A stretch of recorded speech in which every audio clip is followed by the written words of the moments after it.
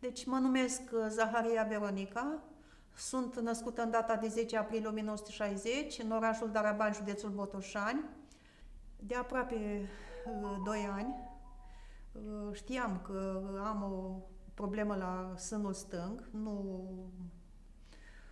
Nu am avut puterea să merg la spital, întrucât mi-era frică să merg la medicii de la diferite spitale.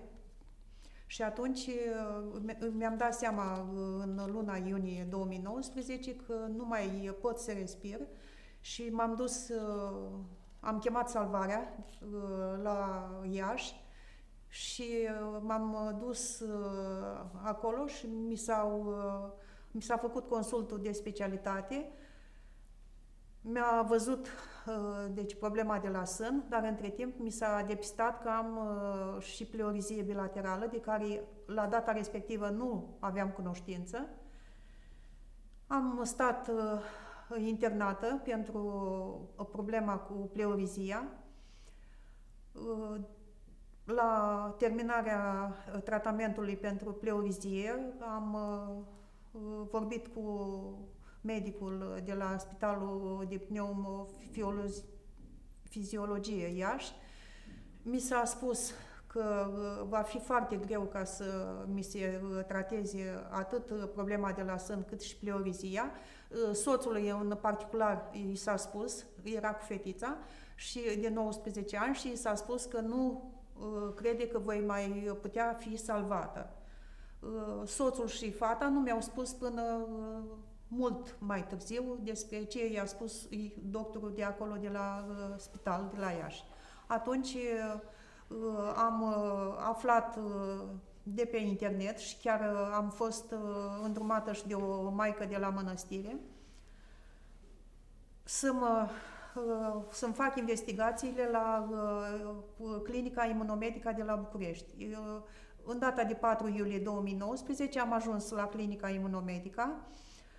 Aici am fost primit cu toată dragostea de către personalul care mi-a făcut toate investigațiile. Am intrat sub îndrumarea medicului oncolog dr. Dâmboiu și mi s-a făcut schema de tratament. Mi s-a pus diagnosticul de neoplasm mamar stadiu 4 cu pleurizie bilaterală și metastază osoasă la sânul stâng și îmi afectase și sânul drept. Sânul stâng, deci era mâncat mai mult de jumătate.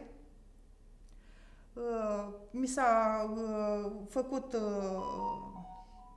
schema de tratament și imediat am fost trimisă de către domnul doctor Dâmboiu și la chirurgie toracică și prin drenaj mi s-a făcut,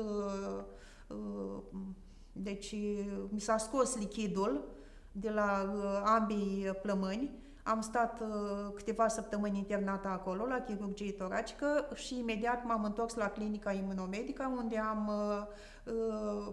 continuat tratamentele de chimioterapie și cele suportive, respectiv am început cu vitamina C în concentrație de 25 de grame, hipotermie locală, hipotermie totală, ozonoterapie, seleniu, vâsc și cam în jur de 3 săptămâni, după circa 3 săptămâni, a început să mi se închidă rana de la sânul stâng. Au dispărut și problemele de la sânul drept în totalitate. Am făcut un computer tomograf în data de 6 noiembrie 2019, când mi-au ieșit analizele bune. Mi s-a confirmat dispariția ganglionilor în toată partea din față și de la sânul stâng și de la sânul drept. Mi s-a constatat și dispariția pleuriziei bilaterale. Am repetat computerul tomograf anul acesta, în 2020, în 29 aprilie, și din nou mi-au ieșit analizele foarte bune. Deci, la concluzia finală mi s-a confirmat prin computerul tomograf aspecte evolutive favorabile sub context tumoral, cu dispariția pleuriziei bilaterale, dispariția ganglionilor, a tumorilor. Deci, în concluzie, o minimă reducere și la metastaza osoasă.